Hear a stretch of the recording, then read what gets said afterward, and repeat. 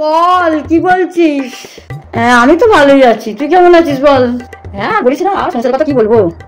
মা আমাকে তো পুরো চাপে রেখে দিয়েছে একদম। যখন ফোন নিয়ে দেখি ঘাটছে তখন কি করবো, আমার মাথায় বুদ্ধি করলে আমার সাথে এ করবে, আমিও কি করি একদম ডাল আর চাল মিশে একদম সামনে ধরে দিই, হ্যাঁ এটা বাঁচো সবসময় ফোন নিয়ে।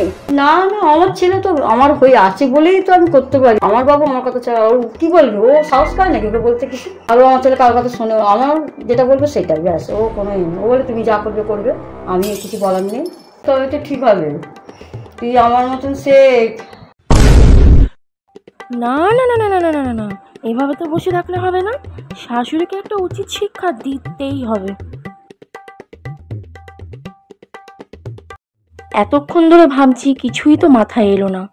ধুর বাবা।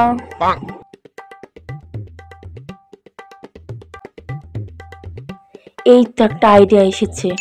এবার দেখো শাশুড়ি মা, আপনাকে এমন শিক্ষা দেব না যে আপনি কোনো কথা বলার যোগ্যই থাকবেন না। থ্যাংক ইউ ভগবান, আমাকে এত সুন্দর একটা আইডিয়া দেওয়ার জন্য।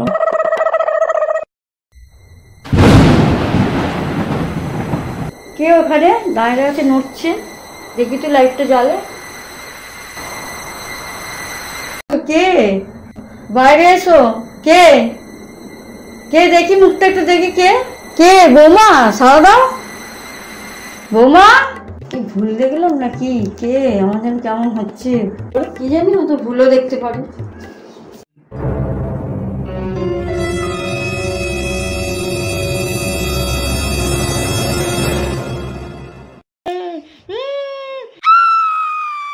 ছেড়ে দাও বৌমা, ছেড়ে দাও, আমার ভয় লাগছে খুব। বৌমা ছেড়ে দাও, বাবুরে বাবুরে আমাকে বাঁচাও। আমাকে কন্ট্রোলে রাখবি তুই? হ্যাঁ, গলা টিপে মেরে দেব।